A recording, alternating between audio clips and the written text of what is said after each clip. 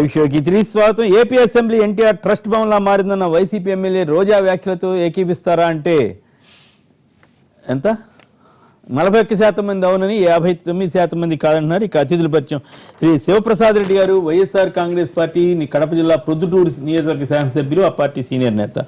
శ్రీ అద్దంకి దయాకర్ గారు, Congress party senior నేత, ఆ పార్టీ అధికార ప్రతినిధి, తెలంగాణ కాంగ్రెస్ అధికార ప్రతినిధి. శ్రీ సుధాకర్ రెడ్డి గారు, టీఆర్ఎస్ సీనియర్ నేత, శాసన మండలి సభ్యులు, అలాగే ఉపాధ్యాయ సంఘాల నేత. శ్రీ అద్దేపల్లి శ్రీధర్ గారు, బీజేపీ సీనియర్ నేత, ఏపీకి సంబంధించిన ప్రముఖులు. ఇక ఏపీ అసెంబ్లీ ముగిసింది. మరి వైఎస్ఆర్ కాంగ్రెస్ కోడెల శివప్రసాదరావు గారిపై, స్పీకర్ గారిపై అవిశ్వాసం పెట్టాలని అయిపోయిన తర్వాత నిర్ణయం తీసుకుంది. మరి అదే సమయంలో రోజా గారిపై మళ్ళీ నిన్న దాదాపు చాలాసేపు అసెంబ్లీ చర్చించడం కూడా విశేషం. ఆవిడపై చాలా తీవ్రమైనటువంటి ఆరోపణలు చేశారు. వారికి సమాధానంగా రోజా గారు కూడా ఇదంతా కావాలని జరుగుతున్న కుట్ర, కొత్త నాటకానికి తెరదీశారు, దళిత ఎమ్మెల్యేలను అడ్డం పెట్టుకుని చేస్తున్నారని అన్నారు. ఏదేమైనా మొత్తం మీద ఏపీ అసెంబ్లీ తీరుతెన్నులు, ఈ రాజకీయ వ్యవహారాల మీద ముందుగా శివప్రసాద్ రెడ్డి గారు చెప్పండి, మీరు చేసిన నిర్ణయం కరెక్టేనా? నిన్న అయిపోయిన తర్వాత అవిశ్వాస తీర్మానం ఏంటి? నిన్న రోజా గారి మీద వాళ్ళు చాలా ఘాటుగా, చాలా తీవ్రంగా ఆవేదనతో వినీత్ గారు కానీ వీళ్ళంతా మాట్లాడారు. మీరు ఎట్లా రెస్పాండ్ అవుతారు? మీరు కూడా ఆ మాటకు వస్తే మీరు కెమెరాకి అడ్డం పెట్టి సస్పెండ్ అయ్యారు 2 రోజులు. ఎందుకు అలా సస్పెండ్ అవుతున్నారు? ఏమిటి కదా? మొదటి ప్రశ్న మీరు అడిగినానికి, స్పీకర్పై అవిశ్వాసం మేము తీసుకునే నిర్ణయం కరెక్టా కాదా? 100% కరెక్ట్. ఎందుకంటే ఈ రాష్ట్ర ప్రయోజనాలను కాపాడేదానికి అధికార పార్టీకి, ప్రతిపక్ష పార్టీకి బ్యాలెన్స్ చేస్తూ, ప్రజా సమస్యల పరిష్కారాన్ని కరెక్ట్గా ఆలోచన చేస్తూ, సభను ఖచ్చితంగా విధి నిర్వహణలో జాగ్రత్తగా నడపాల్సిన బాధ్యత స్పీకర్ గారిది. నిష్పక్షపాతంగా ఉండాల్సిన బాధ్యత స్పీకర్ గారిది. ఇంకా చెప్పాలంటే కొంచెం ఒక పైసా మాకు ఎక్కువ మాట్లాడేదానికి అవకాశం ఇవ్వాలి. ఎందుకంటే మాకు అంతకు మించిన వేదిక ఉండదు కాబట్టి. కానీ ఇక్కడ స్పీకర్ గారు మా దురదృష్టం ఏంటంటే కనుక తెలుగుదేశం పార్టీ కార్యకర్తలాగానో నాయకుల్లాగానో బిహేవ్ చేస్తున్నారు. ఒక్క సందర్భంలో కూడా సస్పెండ్ చేస్తారు. జాగ్రత్త మాట్లాడేటప్పుడు కొంచెం పదాలు జాగ్రత్తగా వాడుకోండి, లేదంటే మళ్ళీ నేను సాక్ష్యానికి రావాల్సి వస్తుంది. జరిగినా ఆశ్చర్యపోవాల్సిన అవసరం లేదు. మంచి సలహాలు, నాకు మంచి అడ్వైసే. నిష్పక్షపాతంగా స్పీకర్ గారు వ్యవహరించడం లేదనేది మా అభిప్రాయం. ఇక్కడ స్పీకర్ గారి పైన మాకు వ్యక్తిగత ద్వేషం కానీ, కోపం కానీ, ఇంకోటి కానీ లేదు. ప్రజా సమస్యల పరిష్కారానికి ప్రతిపక్ష పార్టీకి చట్ట ప్రకారం ఇవ్వాల్సిన మైకును కానీ, మాట్లాడే తీరును కానీ ప్రవర్తించలేదు అనేది ఒక కారణము. రోజా గారిని సస్పెండ్ చేసే విషయంలో కూడా చట్టవిరుద్ధంగా చేస్తా అన్నారనేది. ఎందుకంటే కన్నా సభ జరిగేటప్పుడు ఎన్ని రోజులు జరుగుతూ ఉంటే అంతవరకే సస్పెన్షన్ చేసే అధికారం ఉంది. అట్లా లేదు, సంవత్సరం చేయాలంటే వాళ్ళు ఖచ్చితంగా ప్రివిలేషన్ మోషన్ మూవ్ చేయాలి, ఎథిక్స్ కమిటీకి పోవాలి, అదంతా జరగాలి. ఇప్పుడు స్టార్ట్ చేస్తున్నారు. ఇప్పుడు డిస్క్వాలిఫై చేసేదాకా వెళ్ళాలని డిమాండ్ చేశారు కదా, డిస్క్వాలిఫై చేసే అవకాశం ఉందని. డిస్క్వాలిఫై చేసే అధికారం ఈ దేశంలోనే ఎవరికీ లేదు. ప్రజల చేత ఎన్నుకొని పోయిన వారిని శాసనసభలో ఈ కారణాలను చూపించి డిస్క్వాలిఫై చేసే పరిస్థితి ఎట్టి పరిస్థితుల్లో జరగదు. అది జరిగేదానికి ఛాన్సే లేదు. ఎథిక్స్ ఏమిటి అంతా మెజారిటీ ఉండేది, తీర్మానం చేస్తే అయిపోతుంది. చేయలేరు. న్యాయ నిపుణులతో మేము మాట్లాడినాము. ఎక్కడ మాత్రం ఏం చేస్తారు? ఇప్పుడు రూల్ ప్రకారం చేశారా? అదేం కాదు కదా, రూల్ ప్రకారం కాదని మా బుట్టాలను కూడా చెప్పాను. ఏ కారణంతో అత్యున్నతమైన న్యాయస్థానాలు ఉన్నాయి. మాకు ఇంకా న్యాయస్థానాలపైన గౌరవం ఉంది. మీద న్యాయస్థానాలు ఏం చేయలేవని కదా యనమల గారు చెప్పారు. మీరు రూల్స్ కు భిన్నంగా ప్రవర్తించినప్పుడు న్యాయస్థానానికి పోయే అధికారం, హక్కు మాకుంది. ఖచ్చితంగా జోక్యం చేసుకుంటాయి, దాన్ని ఎక్కలేదు. ఇక నా పైన మీరు అడిగిన ప్రశ్నకు మీరు కూడా కెమెరాకు అడ్డం పెట్టినారు కదా అని చెప్పి, ఇప్పుడు ఇది 6వ అసెంబ్లీ సమావేశాలు. 18 నెలల కాలంలో నన్ను 3 సార్లు సస్పెన్షన్ చేసినారు. 3 సార్లు చేసినారు. మొదటిసారి సస్పెన్షన్ చేసినప్పుడు స్పీకర్ గారి టేబుల్ మీద మైకులు లాగినామని నేను ఆ రోజు చెప్పిన ఇదే టీవీలోనే, మనసా వాచా కర్మేనా మనస్ఫూర్తిగా ఆత్మసాక్షి చెప్తానని ఏ తప్పు చేయలేదు. ఆయన టేబుల్ కూడా నేను తగలలేదు అని చెప్పిన. నేను టేబుల్ కూడా తగలలేదు. కేవలం ఒక దళిత ఎమ్మెల్యేని అక్కడ చేస్తా ఉన్నప్పుడు మణిగాంధీ గారిని, ఇంకొక దళితుని, ఇంకొక బీసీ కులస్తులు చేస్తే బ్యాడ్ సంకేతాలు పోతాయి కాబట్టి రెడ్ కమ్యూనిటీ సంబంధించిన వారి ఎమ్మెల్యే ఒకరు కావాలి కాబట్టి నన్ను బలి చేసినారు ఆ రోజు. అదే జరిగింది, దైవ సాక్షిగా అదే జరిగింది. కులాల పార్టీ కూడా జరుగుతున్నది అది. రెండవసారి నన్ను మళ్ళీ సస్పెన్షన్ చేసినారు. బోండా ఉమాశ్వర్ గారికి, మా ఎమ్మెల్యే నాని గారికి చిన్న వాగ్వివాదం. అందులో నేను ఎక్కడా లేను. రెండోసారి నన్ను చేసినారు. అట్టటి చేస్తారు స్పీకర్ గారు. ఒకసారి వాళ్ళ వీడియో ఫుటేజ్ చూసుకోమని చెప్పినా 10 సార్లు బంగపోయినా.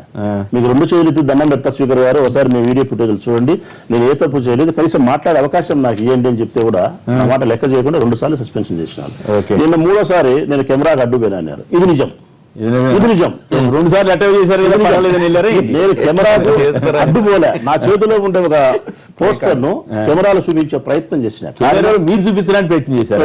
ఓకే, కారణం ఏమంటే కదా చంద్రబాబు నాయుడు గారు ముఖ్యమంత్రి గారు ఈ కాల్మనీ సెక్స్ రాకెట్లు ఎవరైతే ముద్దాయిలతో ఫోటోలు ఉన్నాయో అవి మా చేతిలో ఉంటే అవి ప్రజలు చూపించకుండా జగన్మోహన్ రెడ్డి గారు సంబంధం లేని వ్యక్తితో ఫోటోలు ఉండాలని అవే చూపిస్తా ఉంటే ఇది న్యాయం కాదు, ప్రజల్లోకి మావి కూడా పోవాల్సిన అవసరం ఉంది కదా అని చెప్పి ఏబిఎన్ వారి కెమెరాకు నేను అడ్డం పోస్టర్ పెడితే ఇది తప్పు అని చెప్పి ఆయన నన్ను బెదిరించే ప్రయత్నం చేసినాడు, సస్పెన్షన్ చేసినారు.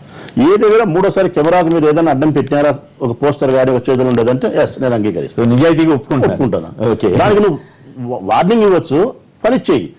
వాళ్ళు మెజార్టీ సభ్యుల ప్రతిపాదన ఒక్కరోజు సస్పెన్షన్ చేయాలంటే స్పీకర్ గారు నన్ను 2 రోజులు చేసినారు. మరి స్పీకర్ గారికి పెద్దలు నా మీద చాలా ప్రేమ ఉన్నట్టుంది, చాలా ప్రేమ ఉన్నట్టుంది అంతే కదా. అంటే ఆయన పొరపాటు చేశారా కావాలి చేసినారు, కావాలని చేశారు.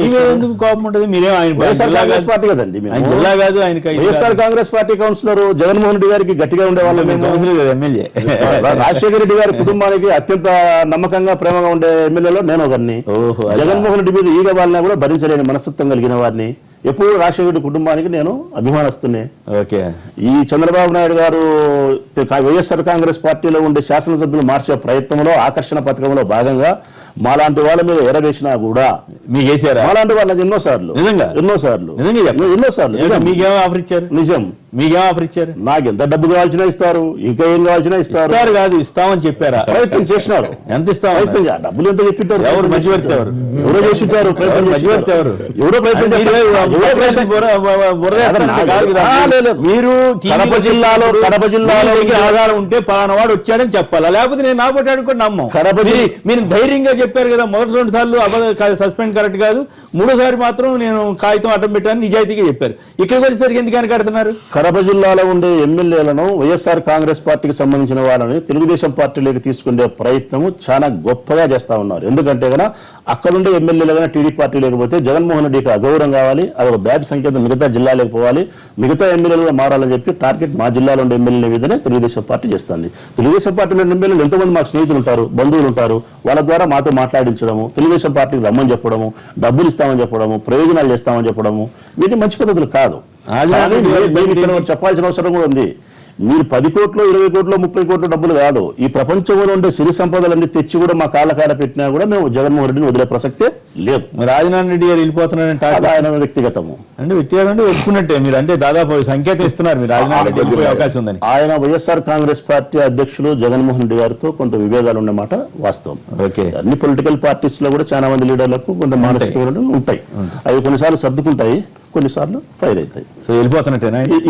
ఇది వెళ్ళిపోతాడని గ్యారెంటీ నేను చెప్పలేను, కానీ కొంత మనస్పర్ధలు అయితే ఉండే మాట అయితే వాస్తవం.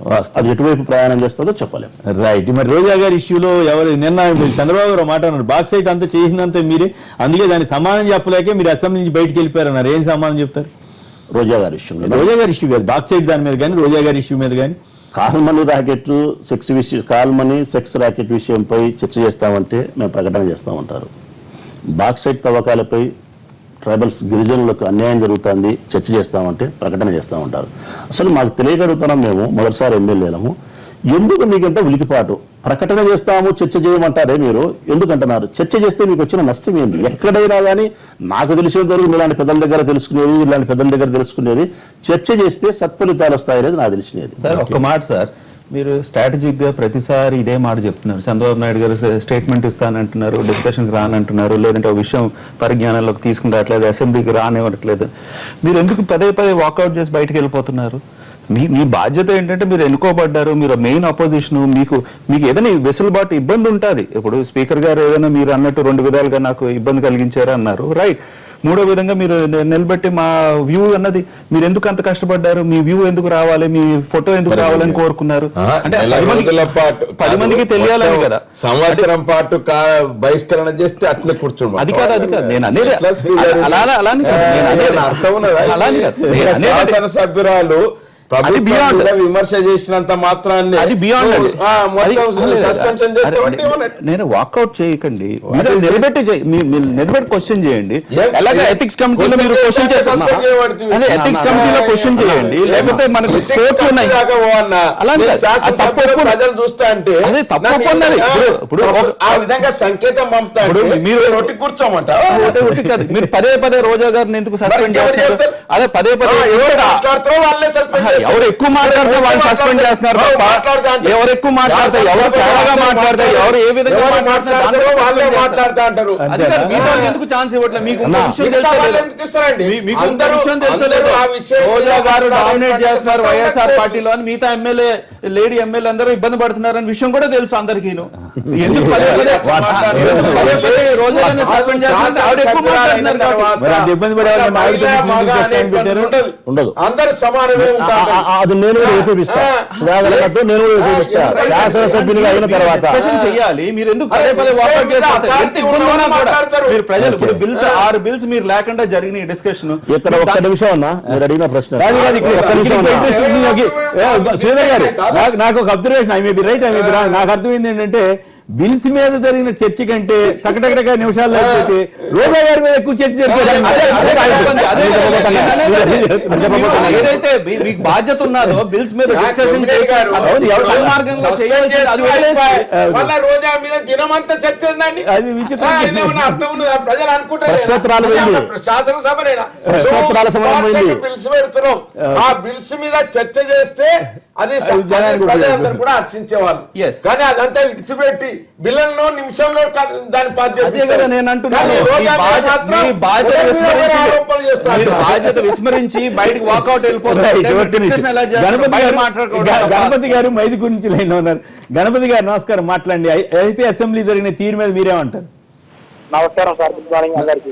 నమస్కారం, మాట్లాడండి. సార్, అసెంబ్లీలో అంతటి దారుణమైన విషయాలు జరుగుతుంటే కనీసం అంటే ప్రతిపక్షం కానీ అధికార పక్షం కానీ ప్రజల సమస్యలు చర్చించకుండా ఏదో అనవసరమైన మ్యాటర్ లేకుండా తీసుకొచ్చి మ్యాటర్లు ఉంటుంది.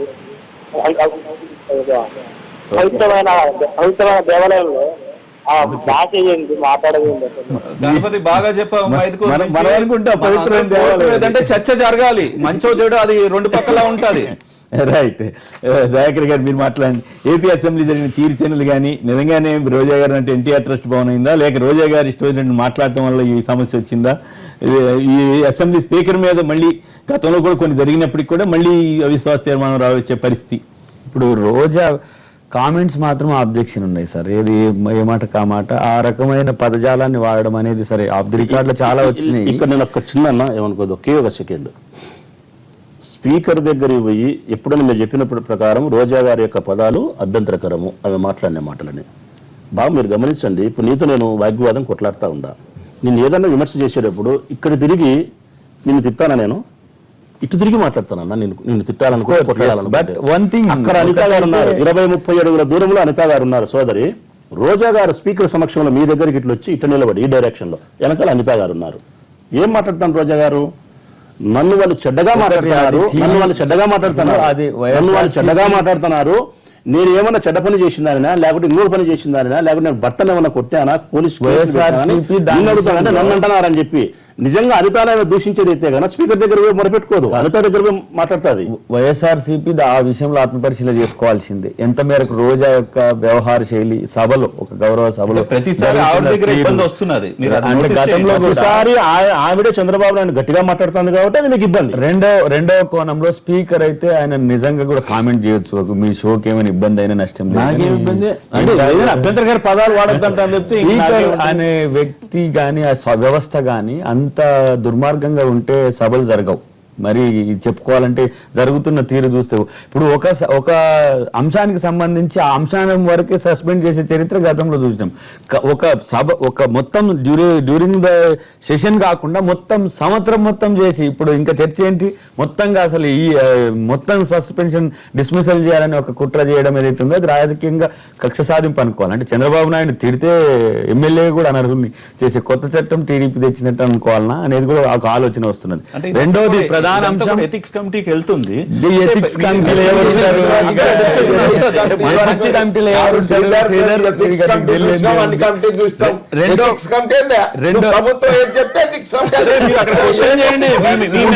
ఉంటారు అక్కడ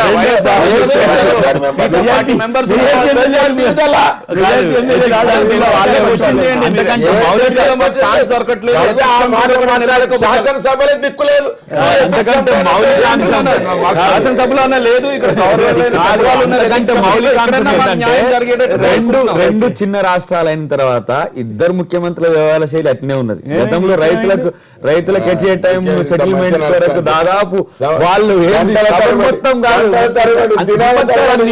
రోజాని ఇక్కడనే ఒక్క రోజాని కానీ ఇక్కడ విపక్షాలను మొత్తాన్ని కూడా స్క్రాచ్ చేసింది. బ్రహ్మాండంగా ప్రజా సంక్షేమం కోసం యాగం నిర్వహిస్తా ఉంటే మీరు కాదు, ప్రజా సంక్షేమం కొరకు త్యాగాల మించి యాగాలకు వచ్చి యోగాలకు పోయిన పరిస్థితి ఉన్నది. ఇప్పుడు త్యాగాల తెలంగాణ అని అనుకున్నాము, అది ఎవరికో యోగం వచ్చిన తర్వాత ఎందుకు త్యాగం చేసిన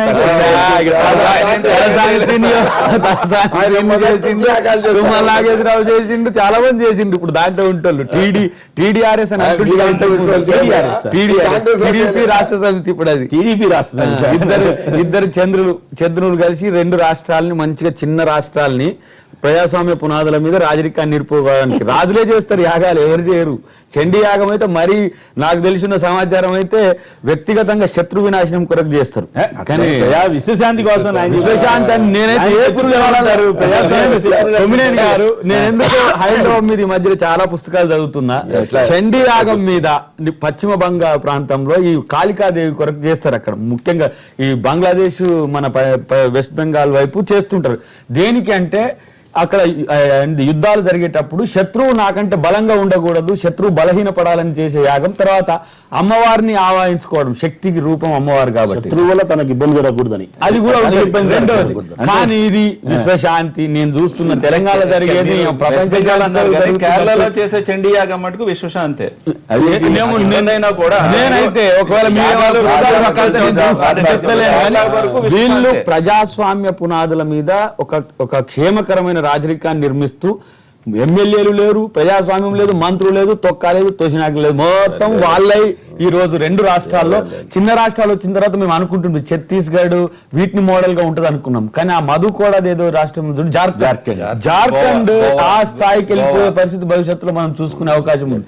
ఇలా మీరు ఒక విప్లవ పునాది ఉన్న తెలంగాణ ప్రాంతానికి ఏం పరిచయం చేస్తారంటే యాగాలు, చండీ యాగాలతో దేశం సుభిక్షంగా ఉంటే మంత్రులు ఎందుకు, ప్రజాస్వామ్యం ఎందుకు, ఒక్క రోజు నెలకు యాగం చేస్తే కాదు.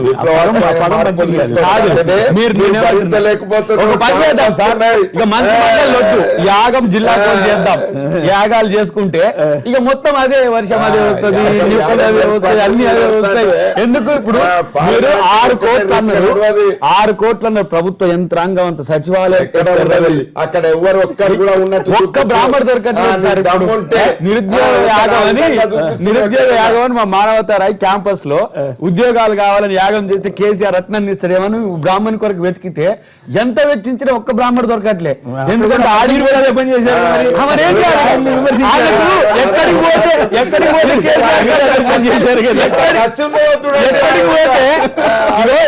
సేమ్ పిచ్ లో పోతే దొరుకుతాయి. యాగాలు చేసే వ్యక్తులకు యాగంతోనే దొరుకుతాడు అని చెప్పి నువ్వు అదే పిచ్ లో రవాణా చేస్తున్న పరిస్థితి ఉన్నది. కానీ మాకు బ్రాహ్మణం దొరకనిస్తలేరు. ప్రభుత్వానికి ఖర్చు పెట్టి బ్రాహ్మణుడు పంపించండి, పంపిస్తే మేము కూడా మీకు పిలిపించాలి, ఈ దేవుని పిలిపించాలి కాదు.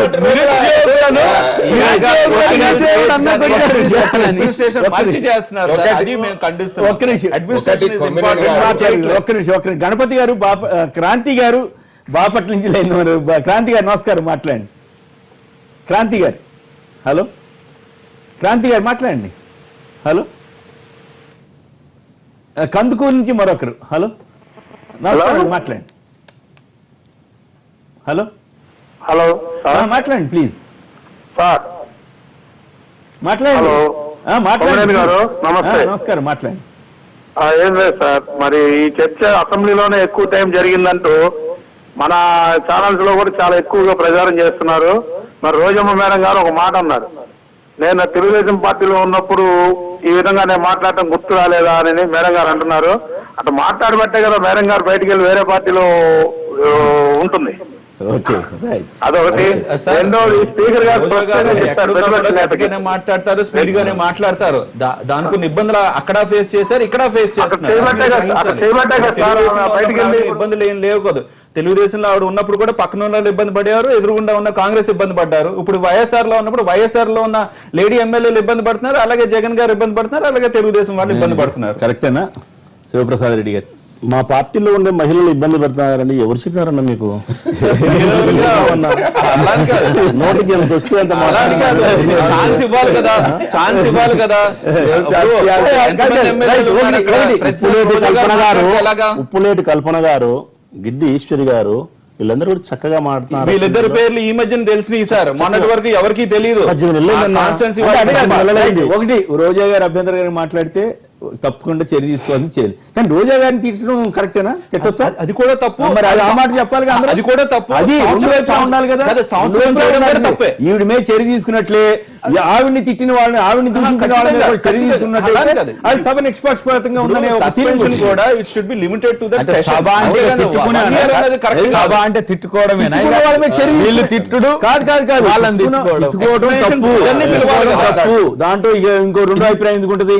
తిట్టుకున్నప్పుడు ఇద్దరు తిట్టుకున్నప్పుడు ఇద్దరు మీరు 4-5 రోజులు అదే జనంలో ఒక రోజా గారు ఫీలింగ్ కూడా కరెక్ట్ కాదు. విస్తృతంగా జరగాల్సిన సభను షార్ట్ చేయడమే మీ తప్పు. ఒకటి 4-5 రోజుల్లో చర్చించడం, రోజా అనే చర్చ ఈ సభ, రోజా పెట్టినట్టే ఉంది చర్చ. ఆమెను సస్పెండ్ చేసి ఆమెను ఇప్పుడు పెద్ద నాయకురాలు చేసే పని పెట్టుకుంది టీడీపీ. ఒక తలకాయ లేని పని కాకపోతే ఇంకోటి కాదు. ప్రజా సమస్యల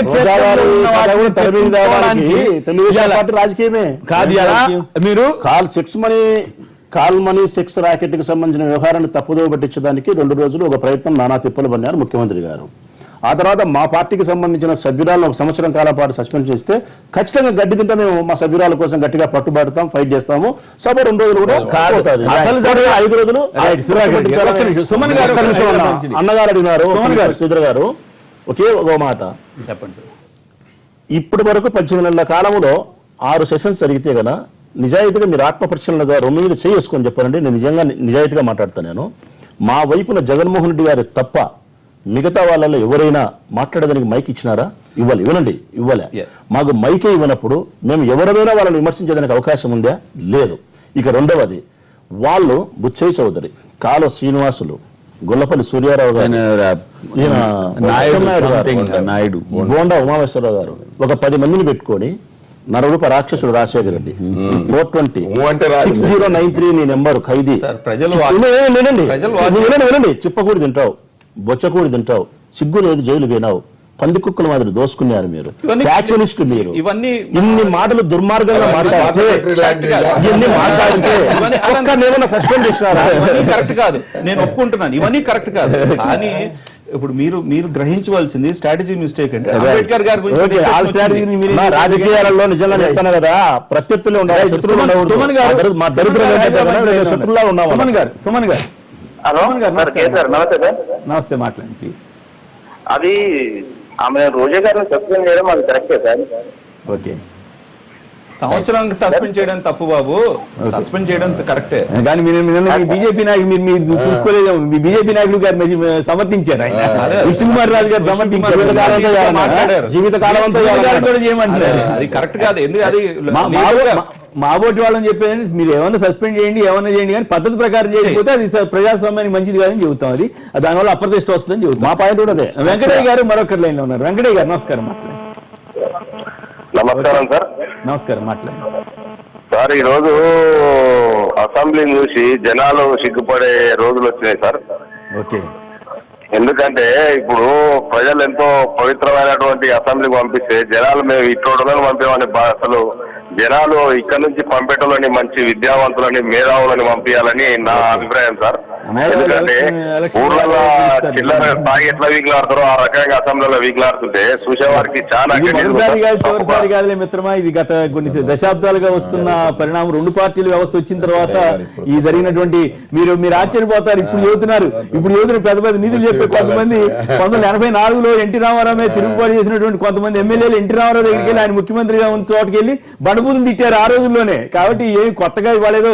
అయితే అట్లాంటి జరగకూడదని మనం కోరుకోవాలి. పద్ధతిగా ఉండాలని కోరుకోవాలి. అయితే వన్ సైడ్ గానే తిడుతున్నారనే అభిప్రాయం కూడా కరెక్ట్ కాదు. రెండు వైపులా తిడుతున్నారనేది ఆవిడ చెబుతుంది, నన్ను బండబూతులు తిడుతున్నారు, మరి నేనేం చేయాలని అంటాను ఆవిడ రోజా గారు. సో అది ఆవిడ తిట్టకూడదు, ఆవిడని ఎవరు తిట్టకూడదు. అయితే ఇక్కడ ఏంటి, ఆవిడ తిట్టినంత వరకే ప్రచారం చేస్తున్నారు అనేది ఆవిడ అభియోగం. అది కూడా అట్లా కూడా చేయకూడదు. ఆవిడ తిట్టుంటే ఆవిడని సస్పెండ్ చేయండి, ఆవిడ తిట్టిన వాళ్ళతో కనీసం మీరు అధికార పార్టీ కాబట్టి సస్పెండ్ చేయకపోతే చెప్పారు, మందలించండి. కనీసం మందలించకుండా ఏదో శ్రవణానందంగా వింటాం మాత్రం కరెక్ట్ కాదు. రైట్, సుధాకర్ రెడ్డి. కొమ్మినేని గారు, శాసనసభలు ఏ విధంగా జరుగుతున్నాయి అనేటువంటి దానికి మనం చూస్తే, ఎందుకంటే రెండు పక్షాలు కూడా సమర్థవంతంగా ఉంటే, ప్రజా సమస్యలు ప్రస్తావిస్తే అందరు కూడా హర్షిస్తా అంటారు.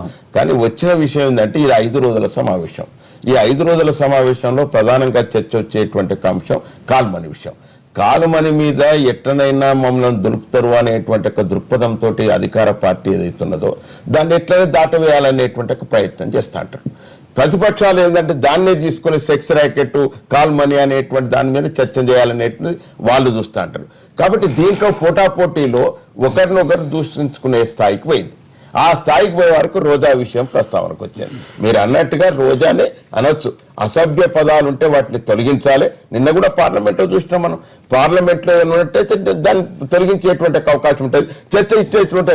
కానీ పక్షపాత ధోరణితోటి స్పీకర్ వ్యవహరిస్తున్నారు అనేటువంటి ఒక మాటతోటి వాళ్ళు స్పీకర్ మీద అవిశ్వాస తీర్మానం పెట్టారు. కాబట్టి ఆ ధోరణి ఉండకూడదు. ఎందుకంటే స్పీకర్ అయిన తర్వాత ఒకవేళ అధికార పార్టీకి సంబంధించిన వ్యక్తి కావచ్చు, కానీ స్పీకర్ అయిన తర్వాత మాత్రం కొన్ని నియమ నిబంధనలు పాటించవలసినటువంటి పక్షపాత ధోరణితోటి కాకుండా నిష్పక్షపాతంగా ఉన్నట్టయితే అందరూ కూడా సభ సజావుగా నడిచేటువంటి అవకాశం ఉన్నది.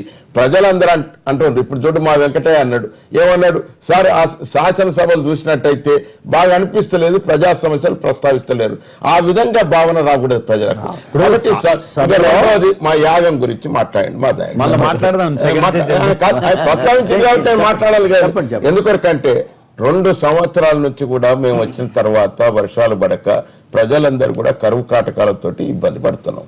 కాబట్టి మన తెలంగాణలో విశ్వాసం, ఎందుకంటే గ్రామ దేవతలను పూజించడం, అదేవిధంగా యాగాలు చేయడం అనేటువంటిది సాంప్రదాయపరంగా వస్తున్నటువంటి అంశం.